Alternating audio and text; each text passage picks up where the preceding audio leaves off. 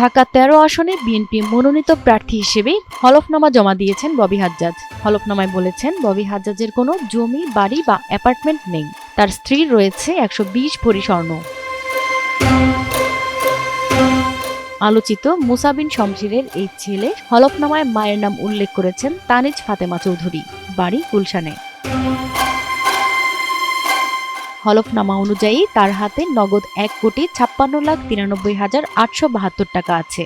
নিজের ৩৫ ভরি ও স্ত্রীর ১২০ ভরি স্বর্ণ রয়েছে।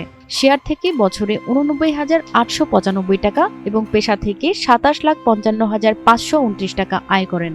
কোনো কৃষি জমি নেই এবং বাড়ি নেই। ব্যাংকে ৪,৬৫,৫৭৯ টাকা জমা আছে। স্ত্রীর নামে ব্যাংকে রয়েছে ১৪,৫০,৮৪৫ টাকা। হলফনামায় এসব তথ্য উল্লেখ করা হয়েছে।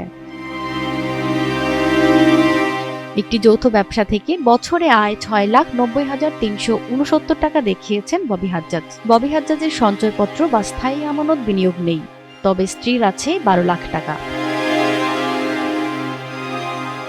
ববি হাজ্জাজের শিক্ষাগত যোগ্যতা MBA।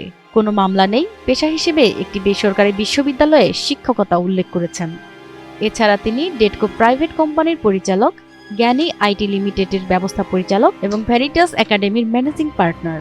ব্যাংক বা আর্থিক প্রতিষ্ঠানে কোনো ঋণ নেই তার।